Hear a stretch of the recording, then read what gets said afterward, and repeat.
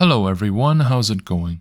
In this video, we will talk about the First Republic Bank, trading under the ticker symbol FRC on the NYSE. There has been a massive amount of interest and worries around the stock, and people are wondering whether they should buy or sell this equity, and if they want to do it for the short-term speculation or long-term investment. I'm going to share my views on the matter and to hopefully help you make a better decision for your trades. Before today's video begins, if you like my content, please consider to like, comment, and subscribe to my channel for more analysis.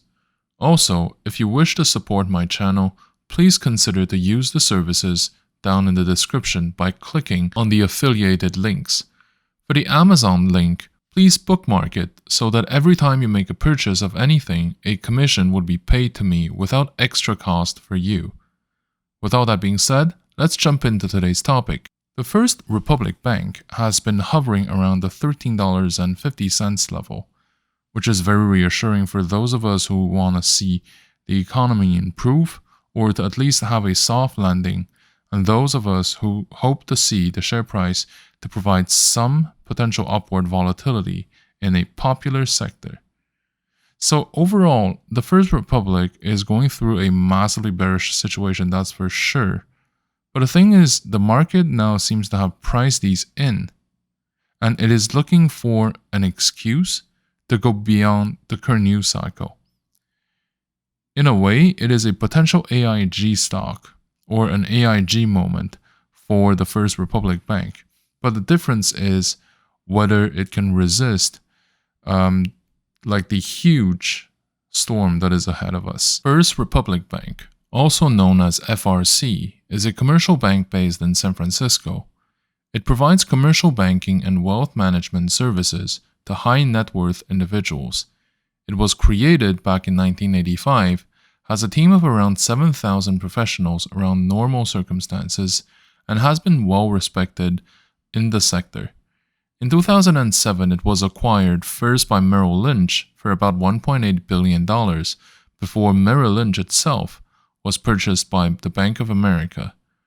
The shareholders then changed hands to other investors for almost half the price in 2010.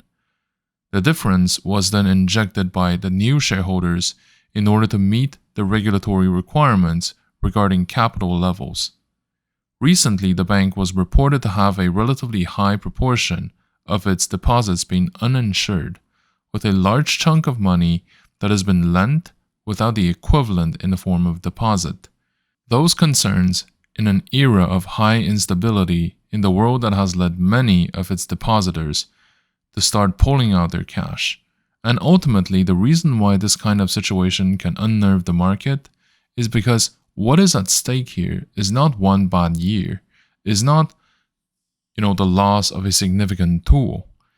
It is the trust that people have in their own money, or in their tendency of calling in a loan to the bank. Because yes, the deposit to the bank is a debt. They usually keep a certain ratio of the deposits in the accounts to prepare for any sort of usual withdrawals.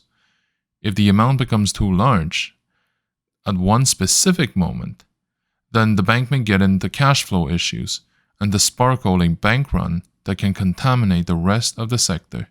In those kinds of circumstances, people will often start looking at the weakest elements in the sector and to start to position their chips in reaction to the macroeconomics.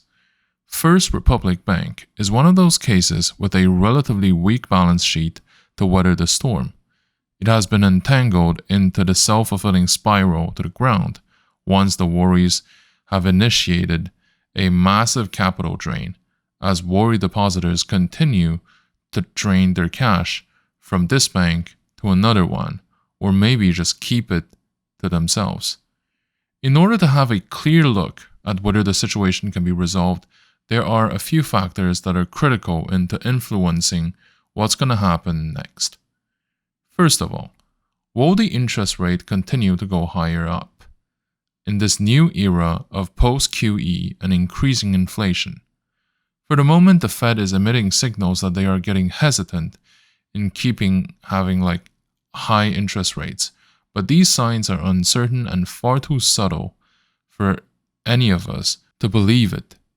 The market currently believes that the interest may peak at some point in 2023 at the earliest, and the situation of high interest rate may last for a few years.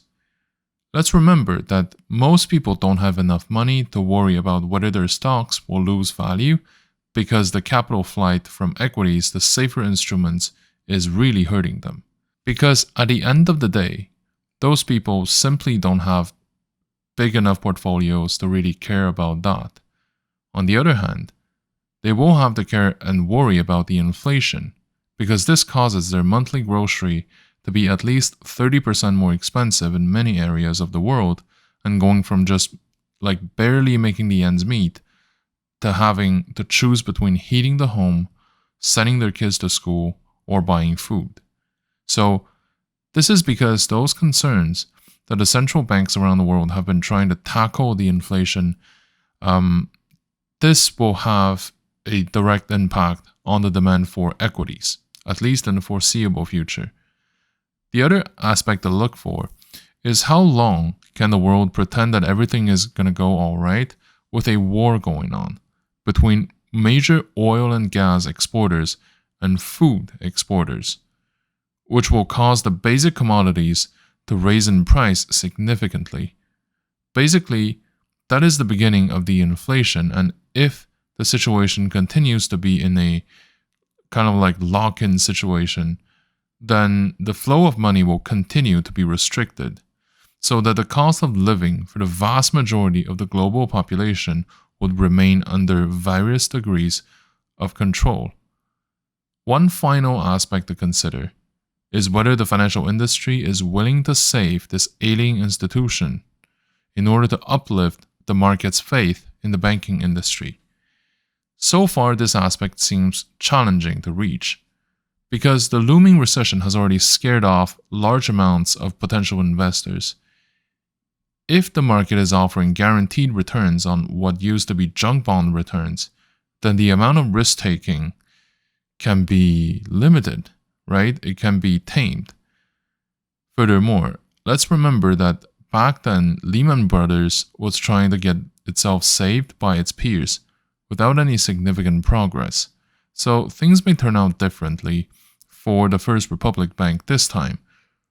And if the company manages to survive this episode, and this is a big if, obviously, then its capacity to go higher in the month to come is more than possible, much like what happened to something like AIG back then. So AIG was priced in either like close to 1,000 or in multiple hundreds of dollars.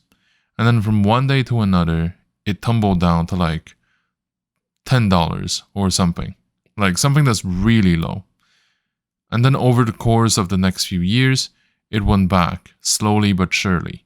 I say slowly, but over the course of a year, it's still like above, 20% of increase or something of that kind of magnitude. So it's still worth it to keep an eye on FRC. If you think that its going concern is no longer under threat, then I would say that the short-term speculation is for sure a viable option, and even the long-term might be a good choice if you trust that this company can weather the storm.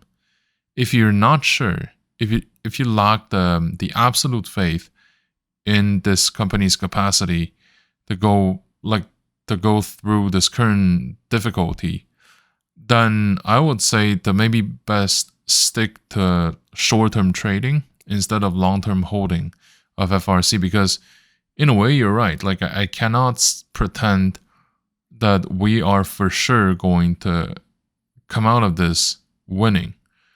I cannot guarantee that FRC has to find a party which is willing to lend it money, and I'm also not sure that FRC is going to weather the storm over the course of the next 2 to 3 years. So with all these being said, I would say that it's a volatile position that is worth looking in. It doesn't mean that you absolutely have like a possibility to make money beyond, I would say, 60%, 60% of the probabilities.